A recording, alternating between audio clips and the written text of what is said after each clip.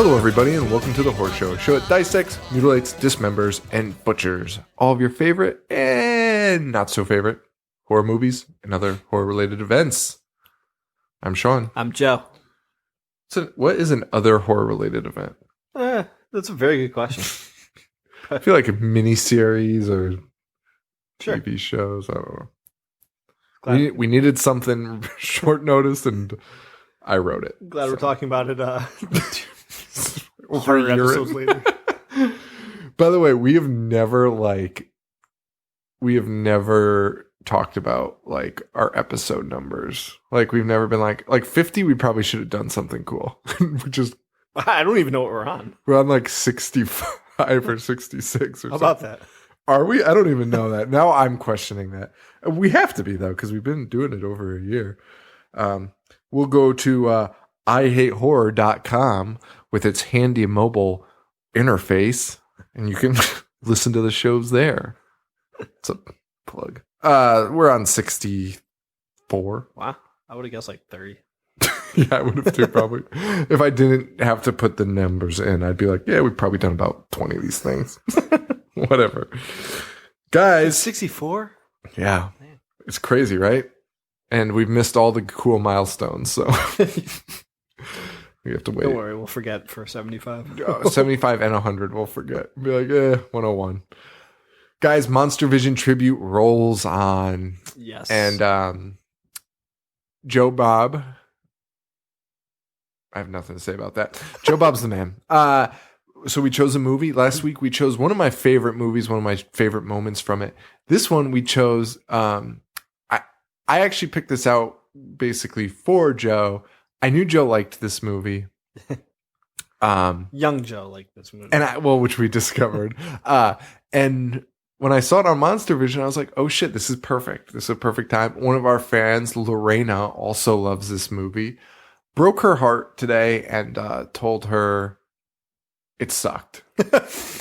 Well, on Twitter? Yeah. I missed the exchange. And yep. And she yeah. So I just had to break the news to her. I couldn't hide it. This movie is appalling.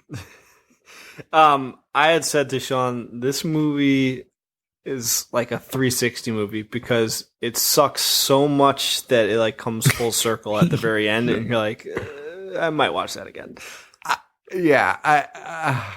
But it's not so bad it's good.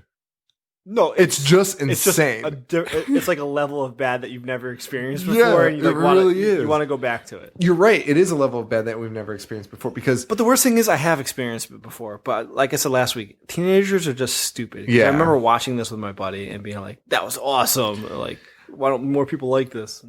To me, it's just on a level of bad that's really hard to comprehend. Like the only thing I could think of in relation to it is Peter Rottentail, which, by the way, is nowhere near this movie. I mean, it's so much further down the ladder. Is it that much further? I don't know. At least for quality purposes. I mean, the quality of this is so bad. I guess that's true too. Oh boy. So, yeah. So this was part of Joe Bob's summer school. Yeah. One of my favorite things he ever did. I think he only did it 2 years, maybe 3. Maybe longer. I don't know. I can't really, I'm making things up. But it was really cool. I have memories from at least 2 summers of watching the summer school stuff, or at least remembering it. And it was fucking awesome. And he did a school theme. He was in a lecture hall. He had students, and he always presented it like it was a class. And so this one was food science 201. So that was always cool. And he always brought on guests to be guest speakers. He had Wes Craven, John Waters. They've all done the show and all really cool. Ice-T. Ice-T did it. And this one we get Clint Howard from Ice Cream Man. Clint Howard looks like he's wearing a bald cap at all times. Yeah. Like, did he have hair here or was he bald? What, in Ice Cream Man? Yeah. No, he was bald. Yeah, like, okay. Because there's a scene where he's got hair. He has hair. Yeah, okay. In a flashback. He was born that way. Yeah, I love this movie because Joe Bob, while talking to Clint Howard, is really painting the picture that he kind of enjoys this movie. And as soon as Clint Howard leaves, the next segment, he says, "That movie was a mess. Half the time, I couldn't tell what was going on." And he's 100% right. You have no idea what's happening in this movie. It's abysmal. This was made in 1995, starring Clint Howard, directed by Norman Epstein. Yes, who you might know as. So excited. So Norman Epstein, this is his first foray into mainstream filmmaking, and his last. Yeah. Which is usually not a great sign. It's not his first foray into filmmaking. No, I was shocked when I saw this, though. Who wants to go first? I feel like this deserves, like when we did the Kurt Russell tribute and we just said the names of movies over a song. I feel like this is very deserving of it. These titles of his films. Oh, I'll start the list, I suppose.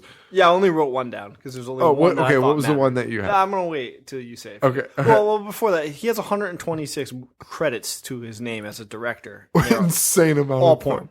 All porn. Sperm bitches. Hungry holes. A lady. A lady? Like just a lady. No. Bad Girls 5. Maximum Babes. Bad Girls 6. Right in the Town. Which is a really funny title when you think about, like, the play on words is probably like they just ride everyone in town. So stupid. Intercourse with the Vampires 1 and 2. He's also Are you gonna say another movie one? You could say it, yeah. Edward Penis Hands 1, 2, and 3. A trilogy. He also has Did you look up the plot for Edward Penis Hands? No, but I know it. I've seen clips of it. He eats spaghetti with dick fingers. A door-to-door dildo saleswoman stumbles across Edward, and upon discovering the advantages of his hand substitutes, brings him home where he falls in love with her daughter. Sounds horrifying. Sounds like everyone's worst nightmare. You fucking dick fingers. He also had another trilogy under his belt, The Orgy, 1, 2, and 3. Could only imagine what that's about. And how do you say that? Cyrano? I don't know how you pronounce it. Like Cyrano de Bergerac? That's correct. The old Shakespearean tale. Was it Shakespeare? No. It's from that. It's like that time period, right? Wait, takes place in that time period. Sure. The guy with the big nose. Yeah, he's got a giant nose, but it is a dick. Penis? It's a dick. It's a giant dick nose, and he is fucking women with his nose in and out, like with his face. Like, just try it for a second. Just picture it and try it with your own face.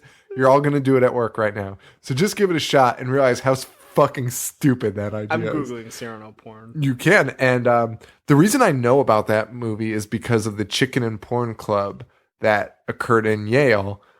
Years ago when it happened, I was reading, I think it was like in Vice magazine or something. I'd read about it and I was like, what?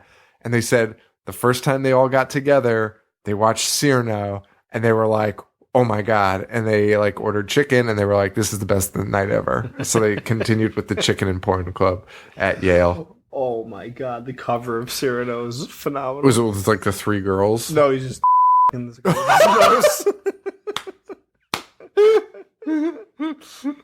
It's a terrible cover. Oh my God. Well, guys, I'll be back in a little bit. Now here's some good facts. Oh my God, we got Cyrano coming. Here's the other cool thing about this. Ready? Yes. David Dobkins wrote this movie. Okay. David Dobkins would later write Wedding Crashers and direct it. No. Yeah. Would later write and direct Shanghai Nights, Fred Claus. And he would produce even more mainstream movies like R.I.P.D., the new Vacation movie that came out last year, and The Man from U.N.C.L.E. Wow. So that guy got his start on the Ice Cream Man, and Joe is showing me Cyrano, and there's so much acting in it that I'm so pissed. So much just the fact that there's 30 seconds of acting in it is appalling. What's happening? Cyrano has the biggest dick on his nose. It's so stupid. But what would possess somebody to make that into a porno? Like what would make you? Why would that happen? By the way, Joe Bob Briggs addresses the porn money, saying that Ice Cream Man was. Joe's just showing me a regular porn right now because he's just getting blown. Why are we doing this? This is just porn. Oh God.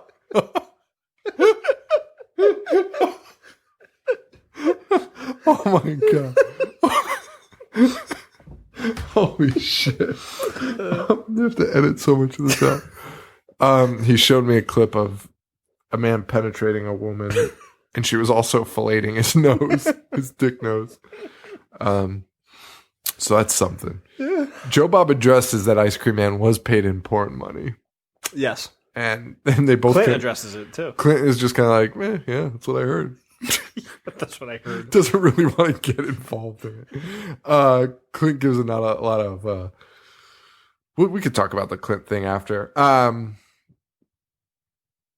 Clint Howard is a horrifying man. And why he doesn't play like a monster in more movies is crazy. Like, you know who he should have been?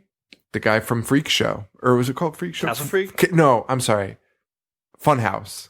Okay. He looks just like that guy. The Crowley boy. Oh my God. It wouldn't take much makeup. Poor Clint. It would really just take like those like wax fangs that you get around Halloween. I know you want to talk about the Joe Bob Clinton segments, but I say we'll talk about them after. Did you pick up? I want to say this one now. Oh, okay. Oh, I see what you're saying. I'm an idiot. Did you pick up on Clint saying that Detroit held a Clint Howard Film Festival? Oh, I picked up on that, and I don't believe it. And he's like, yeah, I heard they're going to do one next year, too. What? Probably two guys. What the fuck are you talking about? Clint's interview was great. It really, I mean, it brings him down, but Clint is a delusional man. Joe Bob asks, because I guess he actually has been in a lot of horror movies. Yeah, yes. Yeah. Because he's just that guy that you always see and you're like, oh, there's Clint Howard again. Called? Or something. Evils? Oh, yeah. Not Brain Scan, we just did Brain Scan. Yeah, it was like... If we were good at our craft, we would I just didn't care about it because it wasn't the movie we're talking about. Evil Speak. That's it. That was from memory too. Good for me. Good job. Thanks. I did my job. Evil Speak. But yeah, he's in a bunch of horror movies, which, I mean, when I see him, I just overlook him. I mean, he's never the star in them. So, but Joe Bob asks him, hey, why do you think you always get cast to play the weirdos? Joe Bob, why would you ask such a stupid question? Poking the bear there. Yeah, you really are. Like, you're just being a jerk. And but Clint Howard's like, oh, I don't know. And that's it. And like, not like being facetious or anything or sarcastic. He's like, I don't know. I think it's just because like I can make weird voices. No, Clint, no. And I'm like speechless. Not only is it because of your looks, Clint, but you can't even make weird noises because you told us that to do the voice of the Ice Cream Man, you had to scream in your car for 20 minutes. Like a fucking psychopath. Like a lunatic. And your voice wasn't even that much different. You're just talking like this. You have to scream to talk like that? Dude, he screamed. He got in his car and screamed all the way to the set. And it was a 20-minute drive every day. And then he's like, and that's how I got my voice like that. He's literally like, if this is Clint Howard, he's talking like this. Hey, I'm the Ice Cream Man. Like, it's not much different. Like, you could easily put that voice on. You could easily do that. I genuinely feel for him if he felt like he needed to scream in the car for 20 minutes. Oh my God, poor Clint. Joe Bob takes a bunch of shots at him though, like constantly. Yes, just about how good his brother's doing, how shitty he's doing. One of the best stories though is that Ron asks Clint about the shitty movies he's on and what it's like to work for a shitty movie, and Joe Bob's like, "Oh, is it because he like wants to implement some of the cool like money saving things?" And Clint's like, "No." He's like, "Oh, he just wants to know about how miserable you are," and Clint's like, "Yeah." It's like the most awkward exchange of all time. Oh, it was awesome. Great stuff though. Joe Bob's Summer School, fond memories there. What were the other movies he was playing? That night? Yeah. Willy Wonka and that played first, right? yeah, Before it? and sometimes, see, I don't even think that was a part of his summer school. Sometimes they would segue Monstervision with a movie that fit the theme, but was not a part of it. Right. But what was the second movie? It wasn't The Stuff. Damn it. And he must have said it fucking 1,000,000 times, right? Of course. Yeah, I don't have it in my notes. That sucks. I forget what it was. So, drive-in totals for The Ice Cream Man. Is it Ice Cream Man or The Ice Cream Man? Just Ice Cream Man, I think. I don't even give a shit. 7 dead bodies, 1 dead dog, eyeball chewing, waffle iron to the face, head on a cone, heads on ice cream scoops, which I don't think happens, and ice pick through the mouth, definitely happens, kung fu, decent special effects. Nope. No, not at all. Not at all. Well, not even just that they're not there. I mean, there just wasn't really much going on. Yeah. Yeah. Okay, is he talking about the head on the cone? The head puppets were kind of cool. No, because that head was like 4 times the size of a normal human so head. big. It was like a watermelon. Yeah, it was. 3.5 stars. Clint also gave the best insight that the ice cream was mashed potatoes. Yeah, I actually kind of like that. That was pretty cool insight. But I don't know how that's possible because it was so runny. Why was the ice cream always melted? So I actually have a note that So was disgusting. like, even if there wasn't shit in this ice cream, it would still be disgusting because the grossest. It was looking ice never cream. frozen. Yeah. It was never fucking frozen. It was disgusting. It's a curdled milk ice cream. Oh my God. So let's get into it. We open up, black and white scene. There's a mob hit. Wild shootout. Which, by the way, this is supposed to take place in the 50s. I'm pretty sure that it's like a modern day Uzi. That's supposed to take place in the 50s? Well, yeah, like Clint. That was Clint when he was a kid. Oh, no, I guess not the 50s. I guess the 60s. I didn't even know it was mob hit. I just thought someone was getting murdered. Yeah, I think it was a mob hit. I don't know. I mean, why else would you kill an ice cream man? They're stepping on your turf. That little kid will turn into old Clint Howard. Yeah, well, the shootout happens, and the little kid is all I should bloody, mention that. just eating ice cream very calmly. And the only thing he wants to know is, who's going to bring me ice cream, mommy? Who's gonna bring me ice cream, mommy? The dumbest line to start out one of the dumbest movies I've ever seen. This kid's eating ice cream by a corpse. Yeah, and he's covered in blood. Cut to present day where Clint is the ice cream man. Yep. And they don't really waste any time leading into that. No build up, no nothing. Literally, kids walk up to an ice cream van and there's Clint. And he's being such a dick already. Just putting the ice cream in the kid's hand, pulling it back. Pulling it back, giving Just it, pulling it back. 10 times. And then he's like, you didn't say please. Okay. Why was anyone okay with this fucking asshole creep? You ever seen an ice cream van barred up? I have a huge issue with all the parenting in this film. Oh, I have a huge issue with this fucking town. The guy whose mistress lives down the street, like right next door, 2 houses down. Yeah. Ay. Well, The lady. she is a lady of the night. She's a lady of the evening because she comes on to Clint Howard, which is disgusting. Fucking disgusting. And I mean, immediately we're shown the inside of the ice cream truck and there's bugs and mice and they're fucking Just everywhere. filth on the Yeah. ice cream. We meet our kids, which I realized this is a children's movie. No adult wants to watch a movie that takes place around 4 children trying to solve a crime. It's like Monster Squad, but shitty. Yeah, and rated R. But not good. Yeah. And I don't even know why it's rated R. It might be rated R. We'll get to that scene later, but there's no reason for this movie to be rated R. Yeah, other than it sucks. Yeah, which is a theory Joe pitched to me last night, and I laughed so hard because they might be like, we can't show this to humans. We have to limit the amount of people that see this. We highly advise you not see this film. So we meet our 4 kids, and it's your typical 90s group of kids. Yes, we'll get to it. Don't worry. You got your dreamboat / rebel. Yep.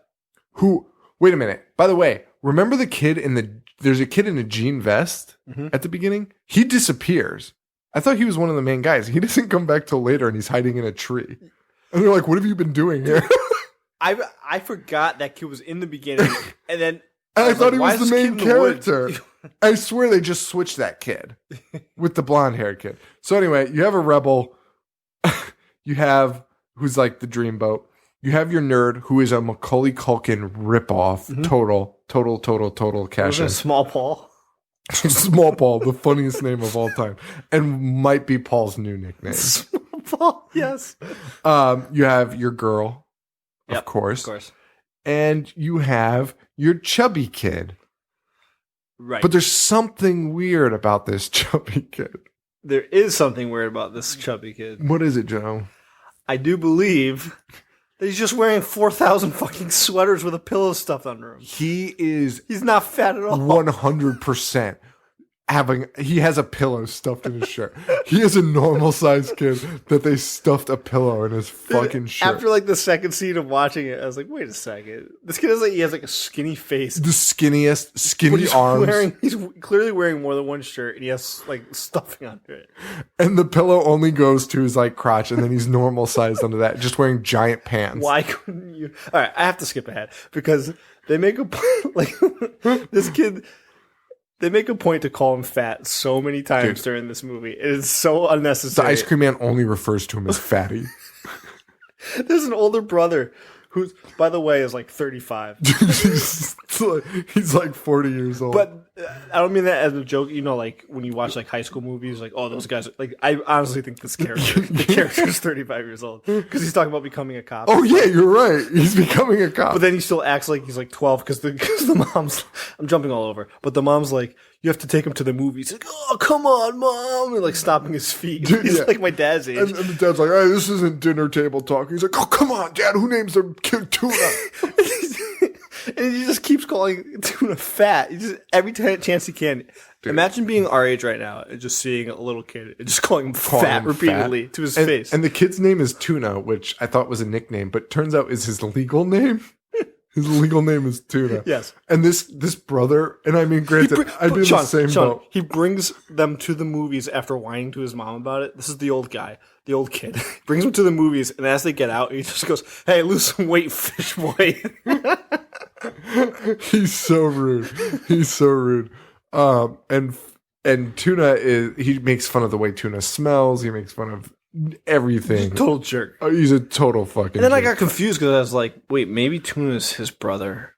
Or maybe they wrote in that Tuna would be his brother and they just forgot. Because why would this kid be so mean to someone that's not his brother? Well, first of all, I think two characters flipped in this movie at some point. And I can't pinpoint it, but it's right around that scene.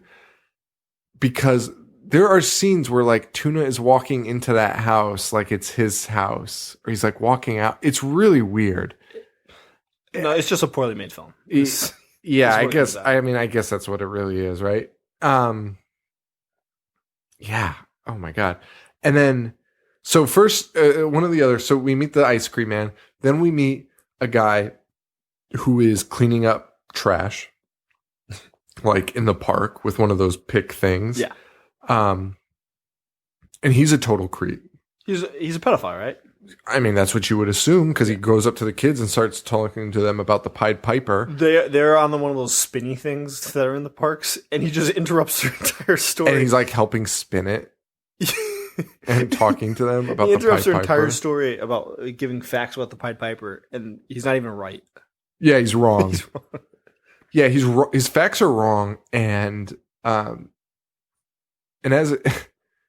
what is wrong with this town? Everybody in this town's a weirdo. This town has no radar for like pedophiles and murderers because both these guys look like pedophiles and murderers and should be chased out of town as fast as possible. And they have positions very much in the public eye. It's so strange. Like you would never let your kid go near that ice cream man. No, you wouldn't. By the way, they keep referring to hard packs. You worked in an ice cream place. Mm-hmm. Is that a thing? No. Like, I've never heard it. Hard packs. Yeah. I've never heard it. A hard pack. Worked at ice cream place for 8 years. It's a great name, though. I don't know why I like it, but I do. I really do. So, yeah. So we meet our kids. They have issues with the ice cream man. But, I mean, they've been going to him for years, so I don't know. Whatever. I mean, there's so many problems with this. What am I doing? What am I doing? Clint kills a dog. So first he has flashbacks to just like syringes. Yeah. And then the dog's barking and he immediately kills it. And the nurse... Dude. Okay, so he kills the dog and then it cuts to a nurse, played by Olivia Hussey from Black Christmas. Who is not old and is supposed to be playing... She's playing like an 80-year-old woman. And she's like 35. And she looks like... She's actually attractive. She's the most attractive woman in the film. Well, yes, but okay. She looks like when Ernest P. Worrell would be like the woman in the neck brace and like talking to himself. That's what she looks like. That's exactly what she looks like. It's just so shtick. It's ridiculous. And again, I cannot to anyone who hasn't seen this, I cannot emphasize enough how shitty the acting is in this movie. It's terrible. It's almost like they're acting being bad actors. Yeah. Like I don't know how you can act that poorly. You know what? I was just thinking.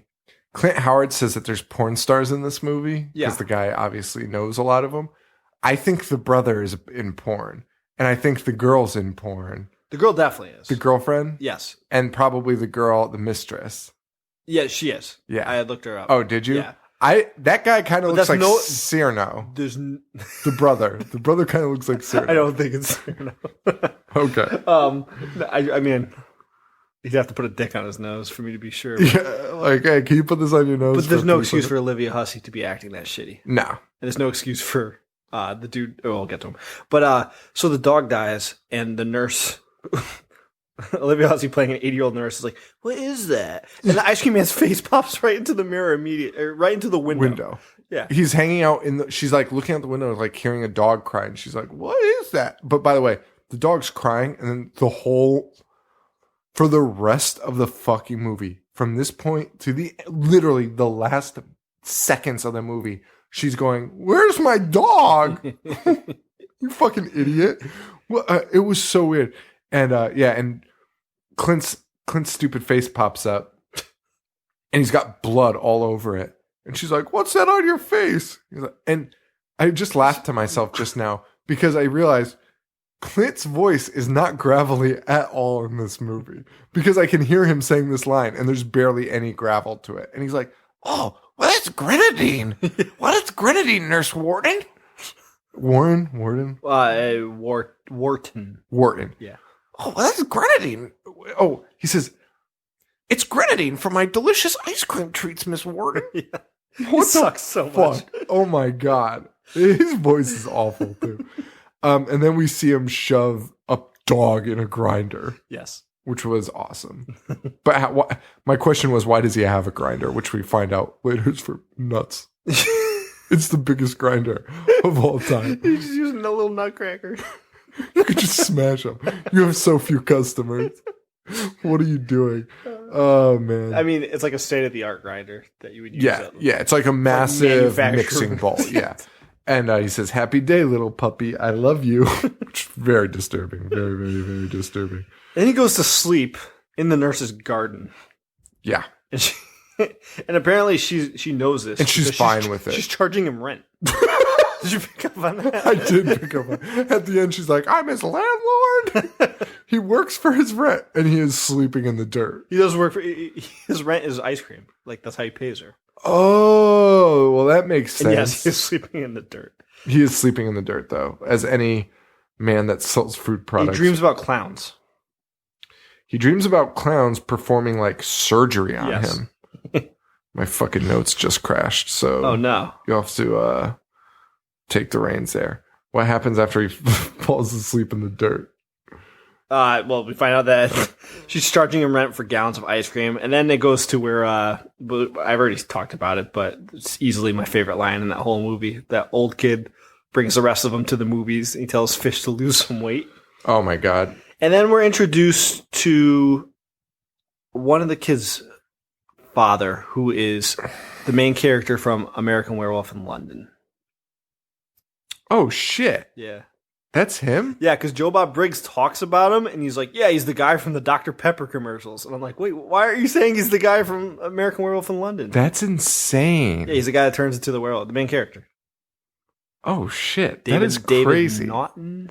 David Naughton, yeah. Oh, my God. I didn't even think about that. Yeah, we meet him, and who cares? He's having an affair. Yeah, he's an asshole. That plot point means nothing to me. Or the movie. Yeah. That's what I mean. It's fucking dumb. Pushes nothing along. Yeah, no, it does absolutely zero. We also it's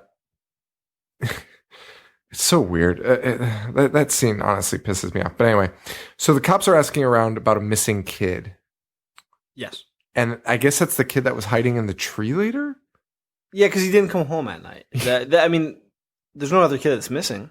Okay. But I thought he was abducted. I thought he was abducted too, but then we find him in a tree later, and he's like, I've been hanging. Are we sure it's the same kid? Wait, by the way, no, we're not. But, but I need to say this.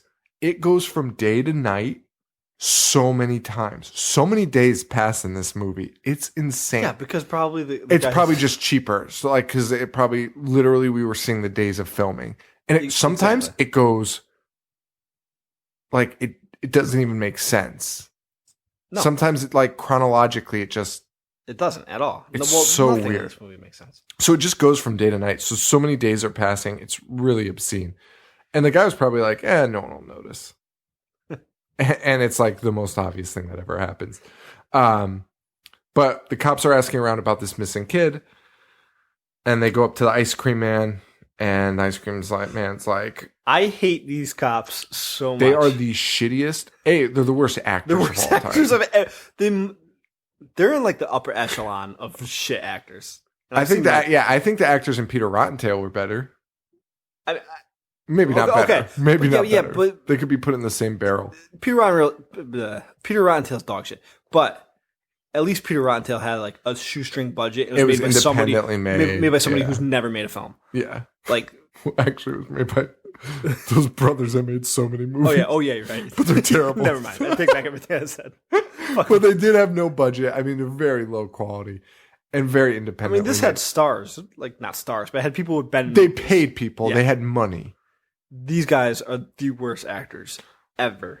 And dude, like I can't even comprehend why even have the cops in the story? Because the cops come up to the ice cream man, and they're like, "Hey, we're looking for a missing kid," and Clint Howard is so suspicious, and they're like, "Well, okay, I'll take a hard pack." So you got any leads? And he's like, "It's classified ice cream man," and they refer to him as ice cream man. Yeah, the entire time. Yeah, ice cream. Like man. It's a proper name. Yeah, it's insane. It's absolutely insane. And why wouldn't you just open the fucking truck? Because I guess they don't have a warrant. They don't. Yeah. Why would they not know that they're eating a fucking eyeball, dude? So these two guys, holy shit, are interviewing the ice cream man, or they're interrogating the ice cream man for like leads or whatever. Yeah. And he asks for Rocky Road, and he scoops it up. No, wait. So the kid is dead because that's the kid's eyeball. Yes. Oh yeah, the kid is dead. So it's not the kid. It's not the same kid. Yeah, you're right. So the kid that's missing is dead because his body's in the ice cream truck. Clint Howard scoops up some Rocky Road and he gives it to the police officer, and the police officer eats it. And you know that he's eating body parts. But then he opens his mouth and he's like moving his tongue around. And he's just passing a full on eyeball from one side of his mouth to the other. Wait, I don't remember that. That's funny. Because I remember Clint Howard like cutting up an eyeball. No, he cuts up the eyeball. But then the cop eats it, and then he opens his mouth. It's all full eyeball. Yeah, I'm actually like, you won't hear me do this in real time. So we'll keep talking. But I'm gonna pull up that scene. That's amazing. But the cops are terrible, and they like walk away being like, "Whoa, that was good talk." Why? Why would that be good? Why would that ever? What makes you think that's good? Holy shit! I just turned it on. It's on the scene. What are the fucking odds of that? Look at that. And so as we watch this, as Joe and I will watch this, next in line after the police is the mistress of the dad. Oh my god! How did I miss that? Not only is a full eyeball, it's the biggest eyeball I've ever seen. And he's doing everything in his power to move that eyeball show into you that frame. it's the eyeball. It would weigh so much as a full eyeball. But that makes no sense because we see Clint Howard take the eyeball And chop it up. and like take a chunk out, which by the way. Also, the guy is just licking an ice cream cone. You can't just lick something and then get a full eyeball into your mouth. I'm so pissed off right now. That pisses me off so bad. Oh my God. But the mistress is next in line. And she comes up and she says, you know, she's like, will you deliver a hard pack to me? I'm at 134 down the road, which everyone lives on this road. So just whatever. Yeah. Nobody lives like anywhere else. line. It's a straight line. This guy lives next to his mistress. Yeah. It's a bad idea. Not that I have one, but like, come on, use your head. But yeah, these days are flying by. Like every 10 minutes, it's night, day, night, day, night, day.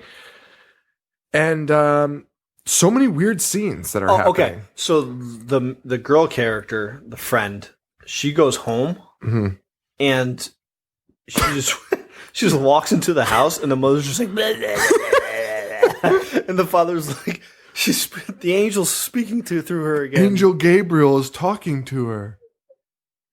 Never comes back. Never comes back. Wait, and the other kids are like, her mom's acting weird again. They're like, dude, you think it's going to be a plot point because you see it and the girl walks away. And I was like, holy shit, that was the most random, uncalled for scene, knowing that it's full well, it's not coming back, obviously. And then it cuts to the kids and they're like, hey, have you heard about her mom? She's fucking crazy and her dad's a minister. And I'm like, oh, wait, maybe it is coming back. No, it doesn't. No, it's just the most random scene. No. Two random scenes crammed together. It was so And the dumb. noise she's making is so obnoxious. Like, it gave me goosebumps. It was that obnoxious. Dude, it was literally like...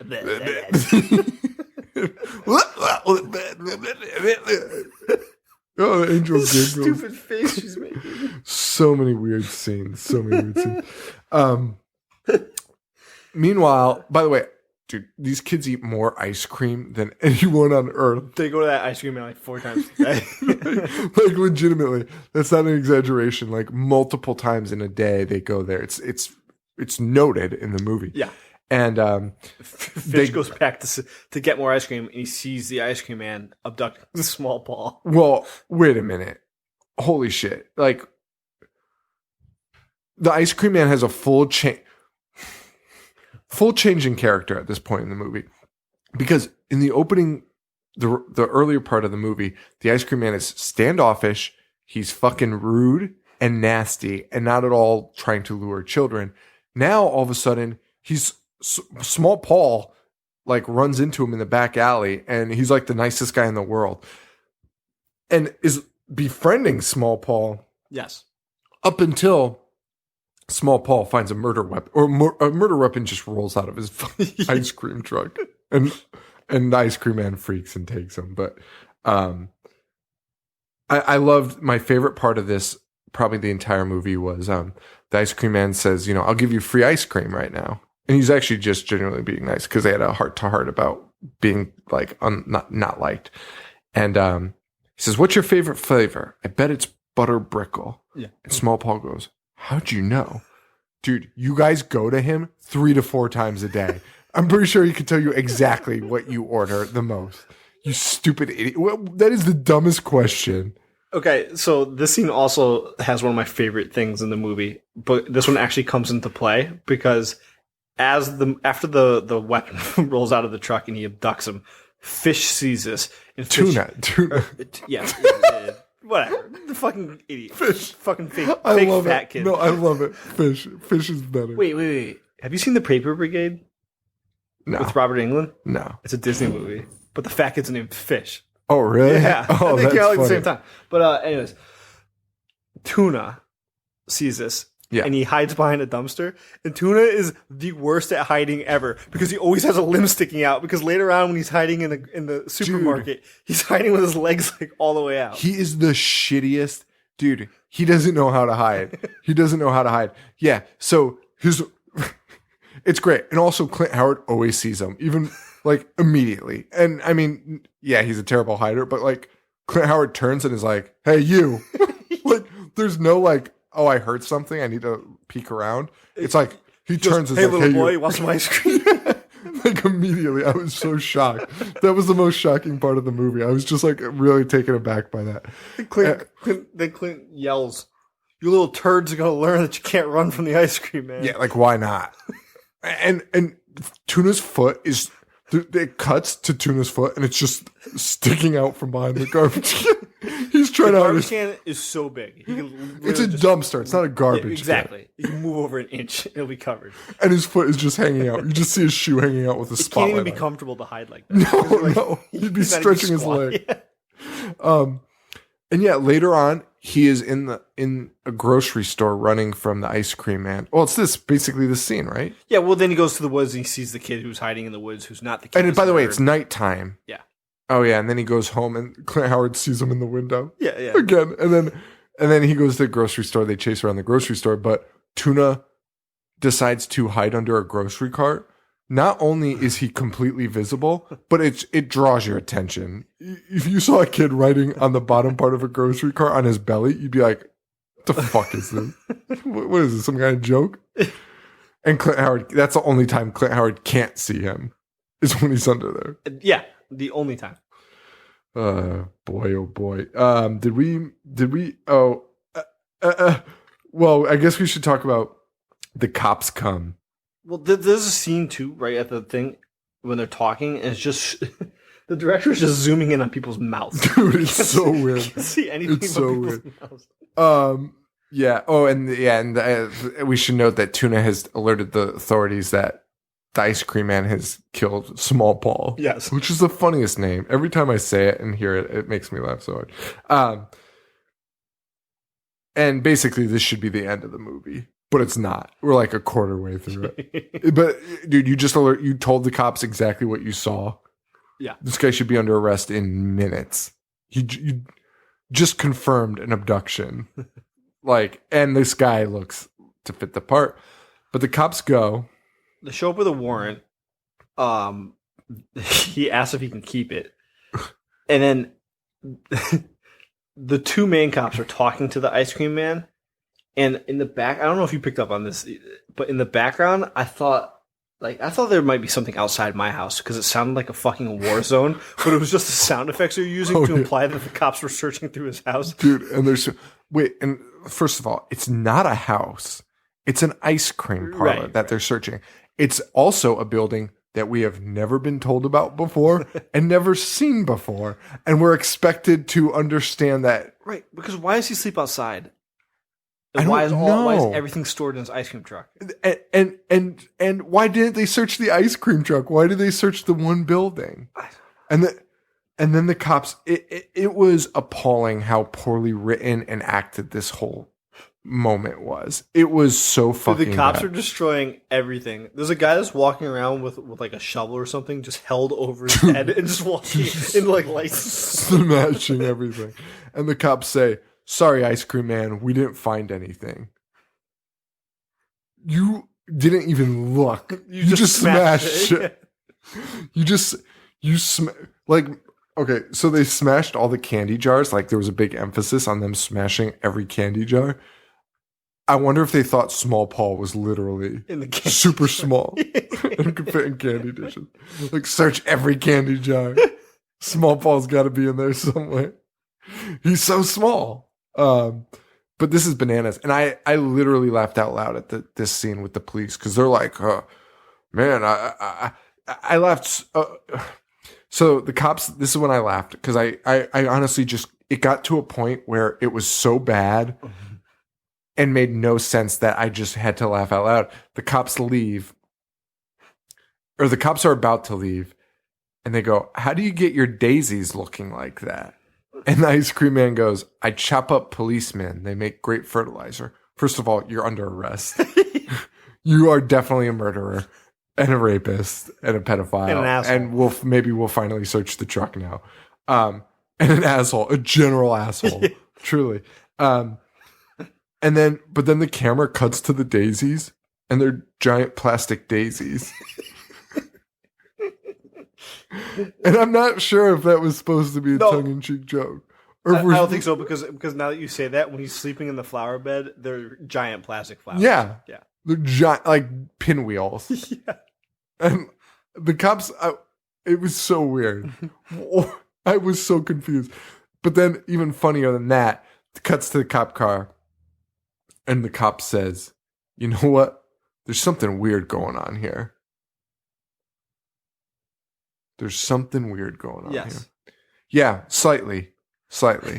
There's probably, yeah, children are being fucking murdered. What are you talking about? Of course there's something weird going on here, and you have the criminal. And then at the end of the movie, these cops are like, "I should have done this from the beginning." Yeah, you fucking should have. What are you talking about? They're so inept. And by the way, the end of the movie, every scene involving these cops at the end of the movie is fantastic. Are you sure about that? So we find out Ice Cream Man has Small Paul. We should just get through this. Yeah. Small Paul's alive, and now he's like kind of buddies with the Ice Cream Man. They're making ice cream. Are you having a bad day? Yeah. Yeah, I am a little bit. Yeah. Another dumb flashback. Again, he's not talking in his raspy voice. Oh yeah, he never talks in his raspy voice. He did like for that one scene in the beginning. He's like, "You didn't say please." It's so stupid. A great scene where the Ice Cream Man goes to a cemetery. Wait a minute. Time out. Never mind. I need to talk about how the kids are now in like paramilitary outfits. Because they called themselves the Rocketeers at the beginning of the movie, like their little group. Yeah. And now they are wearing paramilitary garb and like berets and that have sewn on logos and shit. And it is insane. And they have rockets, giant rockets that they plan on shooting at the Ice Cream Man. Like, what the fuck is happening? Oh, and then the kids meet. By the way, if this sounds like we're jumping all over the place, we are. But the movie jumps so all over the place. There's a scene at church that lasts 3 seconds. Yes. And it's awesome because the kids are talking about the Ice Cream Man. They go, "Don't worry, we'll get them.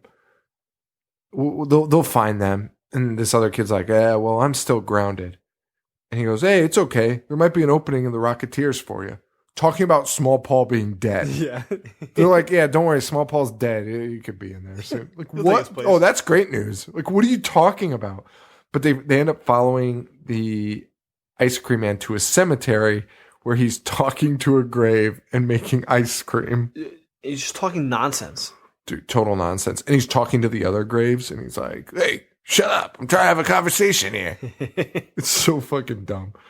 Then they follow the Ice Cream Man to the mistress's house. Yep. This is where the guy gets the waffle iron to the face, correct? See, and this is also where they fuck up. This is where they fuck up the time because then it like randomly cuts to day, and the Ice Cream Man catches the dad and the mistress together. The dad follows him out, starts berating him in his shitty van. And he's like, "Hey, my van's not shitty." And then waffle irons him in the face, and then it's night again, and the kids are there again. Well, yeah. Well, before the kids get there, he walks into the house with the ice cream cone with the guy's head on it. The best scene ever.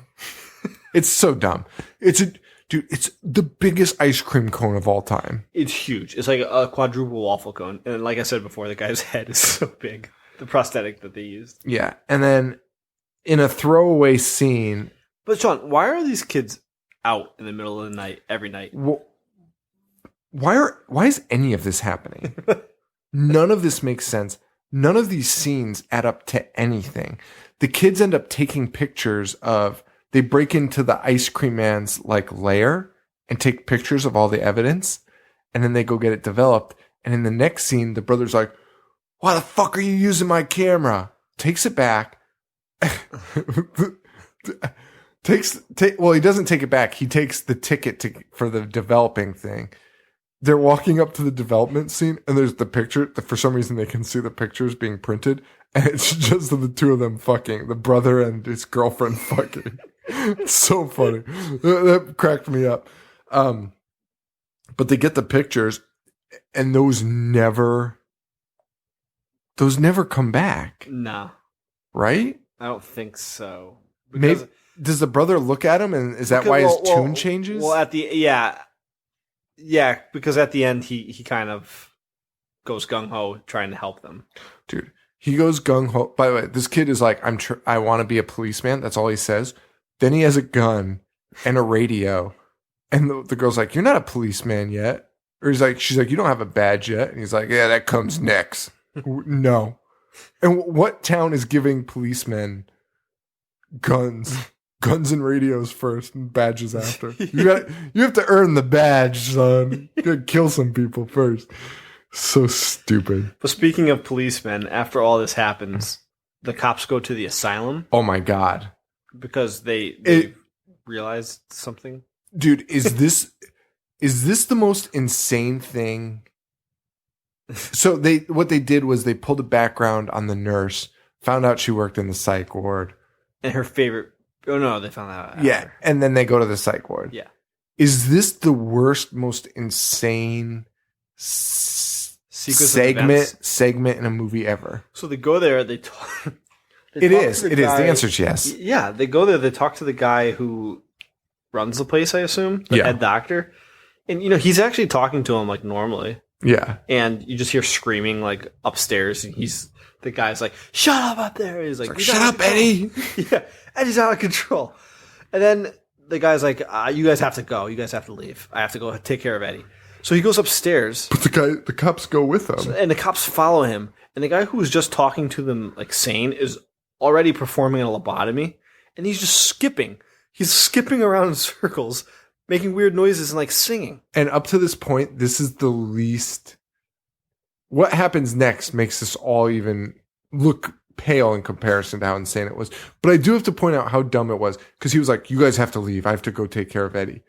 And then the cops just follow him in the most silent, awkward scene of watching men walk around. It took him like 3 minutes to get to the fucking room. Yeah, but it didn't... Yeah, but when the guy leaves the room, it takes like Dude, it pales in comparison. So he's skipping around the room, and all the psych patients start exiting their rooms, and it almost appears that the guy is like beckoning them to do this. It appears like he's controlling them. Mm-hmm. So you're like, "Oh, that's weird." They don't actually ever touch the police. They just walk up to them and surround them in a menacing way, almost like zombies. You're supposed to, like, believe they're zombies. The police say, so you do know, you have to believe that they are afraid, because they're like, "Let's get out of here." Okay. Reasonable. Well, first of all, they're cops. Why can't they just arrest this guy? Why can't they draw their guns and be like, "Everybody get the fuck away from me"? Yeah. Well, yeah. I'm shutting this place down. But you just watched him perform a lobotomy. You're a police, yeah, correct. And then you're like, but I'm okay with this. I'll at least deal with that they're pussies, and they're just like, "We got to get out of here."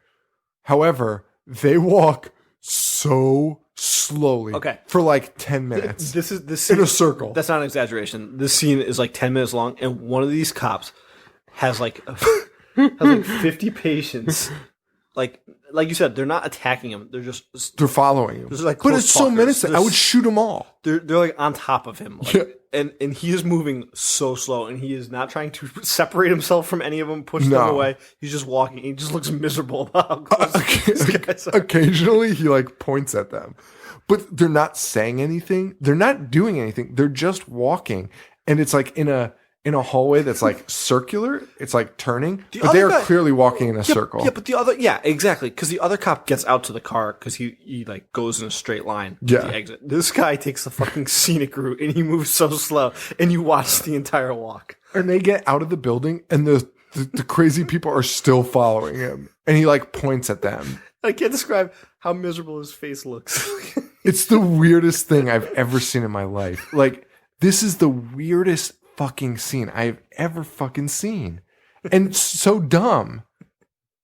Wait, one of them does have a fight scene though. One of the cops does.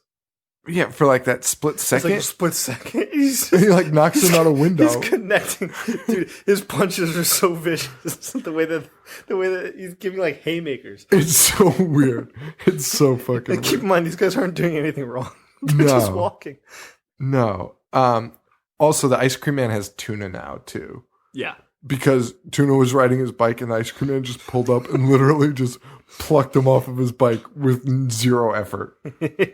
He's just like, yoink, and just pulls Tuna right off his bike. Yeah, and then the idiot brother with the gun shows up, and he still has to keep calling the kid fat. He's talking about he's going to save the fat kid. Yeah, he's going to save the fat kid, and he's like so annoyed that he has to save the fat kid. And so they show up to the ice cream man's house. He's going to do it himself. He's got a car full of children and his girlfriend in the car. He goes in, and a scene that we texted each other about last night because it was so absurd. He's going around the ice cream man's house with a flashlight. And literally, he's like going over these like framed pictures, and then Clint Howard is holding a frame up in front of his face, like he's a picture. But they graze over that so fast, and you barely see it. That I don't know if it was supposed to be a joke or not, or if they think that's the way it works. Because like, dude, it was like so fast and so dark. Like you even asked, like, why was that Clint? And I had the same question, but based on you asking me, I said, yeah, that has to be Clint. Like, it was so random. Why not? If you're going to do that, why not just have him like stand in the shadows? Because he's moving the flashlight. Maybe he wouldn't see him, but he's holding a picture frame up. And it immediately, and by the way, it's like the biggest building of all time. If you hear somebody coming in, just hide under a table. A different place, yeah. And it cuts to the girl, and the door opens and closes, and then Clint gets in. Or Clint turns around. How you doing, honey? First of all, this guy was in the house. Clint was in the house like a second before. and then as soon as the flashlight goes over his face, he's already outside. And he is in his clothes. Yes. He's wearing the brother's clothes and stabs the girlfriend in the throat? Yeah, it's pretty much the coolest kill scene in the movie. Oh, best. He sticks a blade just straight through the bottom of her jaw. Yeah. I guess the only real kill scene too, like true slasher type kill scene. Yeah. And then oh my God. And then the best. It cuts to two heads coming up, and the kids look because one of the heads say, "Hey kid, I'm a cop." It's like that G.I. Joe skit. Dude, hey kid, I'm a computer. I think we should just talk about this scene, the ice cream scoop knockout scene, and then the end. Okay. Well. All right. So these cop puppets, yeah, hey kid, I'm a computer is the voice. And the two cops are just talking, the two cop heads. And then Clint pops up and we realize they're decapitated heads. And they're on Clint's hand. And they're on Clint's hand. And the kids run away, obviously, and Clint continues with the puppet show for like 5 more minutes. Dude, it's 5 minutes. It's 5 minutes and he is just cutting jokes and talking to these puppets for 5 minutes. And not moving anything around. Like, nothing is happening because of this. No, it's just prolonging the end. So much crappy comedy. None of it was funny. None of those jokes were funny. Nothing was even worth writing down. No. And then, yeah. So the cops show up. They try to intervene. They've got the car, his van surrounded with the ice cream man inside with Tuna. They open the door. They look inside. There's no ice cream man. Ice cream man's on the roof magically. And ice cream man jumps off the roof and hits the two cops with ice cream scoops. Now, these cops get knocked out. Clint's jump is 3 feet maximum. And he's really slow. And he was terrified. He does not connect with either of the cops' heads. No, it's his like shoulders. The stomach. It's not even the shoulders, dude. It's like their chest. It's so bad. And these cops go down like a sack of potatoes. They're knocked unconscious immediately. All that would do would maybe startle you or like piss you off. And then the end is awful. Possibly one of my least favorite endings of any movie of all time. And like he's force feeding a kid that disgusting ice cream, and then the kid turns on the grinder. Well, that's part of it. Or the fact that small Paul lures him in with just a picture, shining a flashlight on a picture, and Clint Howard's just following it, being like, "Oh." There's that element of it. There's also the element of they lure him in and they shove him into the giant mixer that electrocutes and chops him up because it's not enough to just chop him up. And then Small Paul says, "Who's the Pied Piper now, ice cream dick?" Also, Wow. Small Paul and him were getting along great. So Small Paul and him were getting along great. You're thinking Stockholm Syndrome. You're thinking, oh, he's the next ice cream man. Small Paul turns on him, kills him. You're thinking, okay, good, revenge story. Small Paul gets him back, especially because he calls him a dick. Yeah. Ice cream dick. And then we turn out Small Paul is going to be the next ice cream man. And he's in a psycho ward. He's in a psych ward. Yeah. And the kids react. Dude, it cuts like weeks later. And by the way, Fat Kid is not fat anymore. I did not notice that. He's not. He decided to take the pillow out. So weird. And the kids are all outside talking, and they're like, "Where's Small Paul? Where's Small Paul?" It's like, oh yeah, he's in therapy all the time now. And it cuts to him, and he's in like a padded room. Yeah. With like an ice cream churn, which they don't give you. Why would you give it that? They don't give you. If you're in a padded room, you do not get a ice cream Especially if you churn. had a traumatic experience with ice cream. Like they know everything. And that's it, man. That's Ice Cream Man. Yeah. Terrible movie. Awful. It was so bad. It was shockingly bad. I can't emphasize that enough. I would watch it again. But so would I. It's like the next level of And bad. we talked about it. I feel bad because we're like a little bit more tired now from the last episode. But like our level of enthusiasm for Ice Cream Man was insane. And we were like, we have to put that last because we would have blown our load. Yeah. If we'd done that first. I would not have been able to do a second episode. I was so fired up about Ice Cream Man. It's actually good that you're getting us a little tired for it.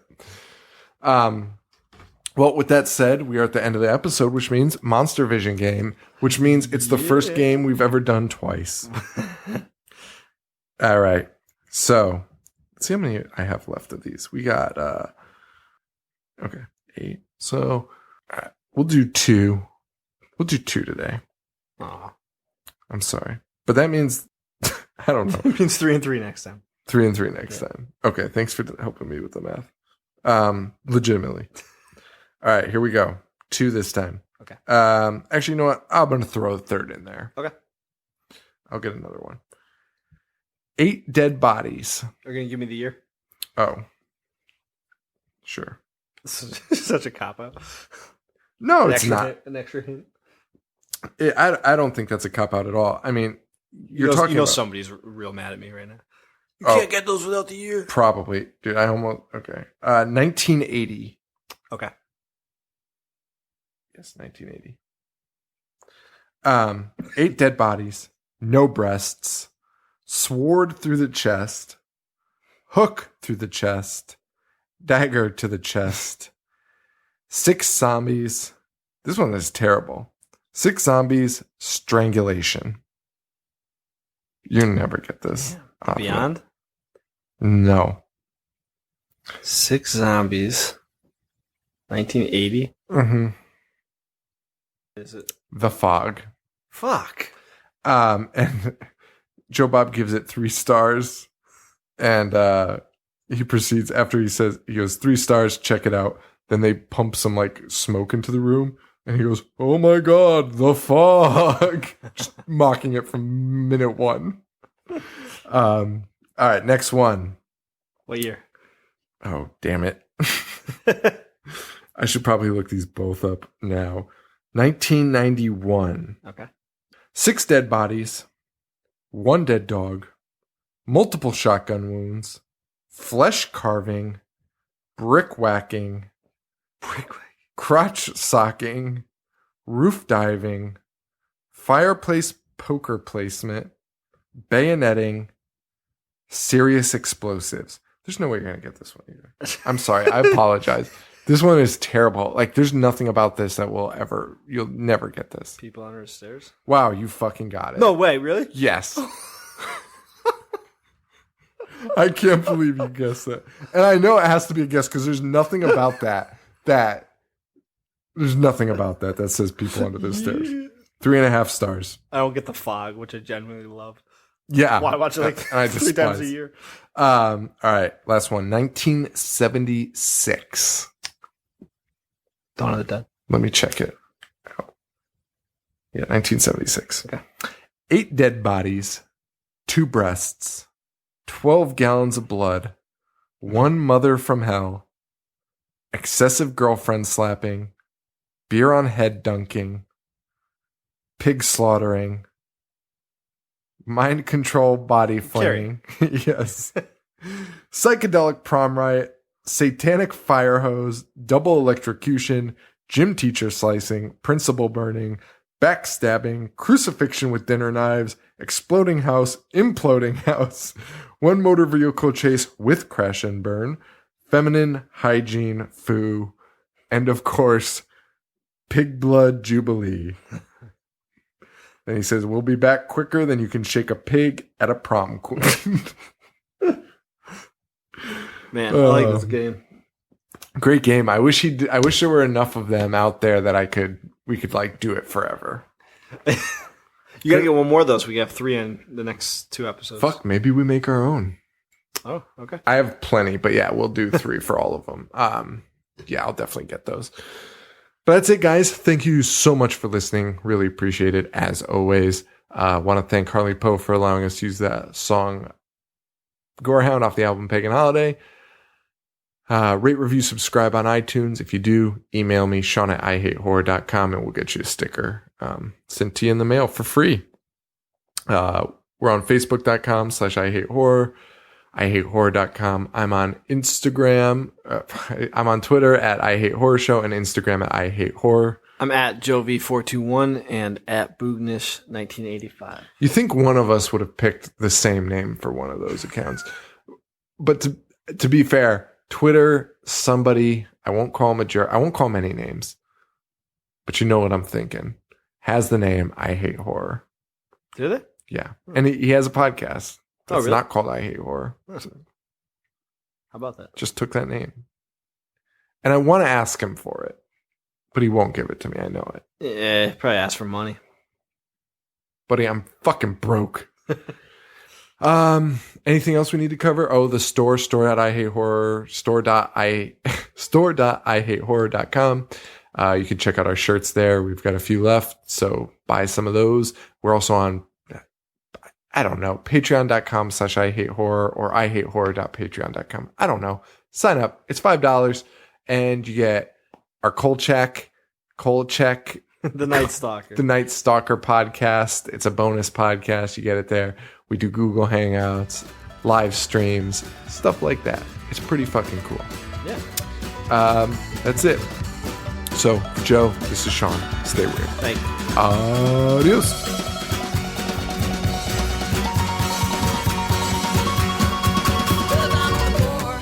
Hellbound horror movie lover. I like my voyeurism with a glass of red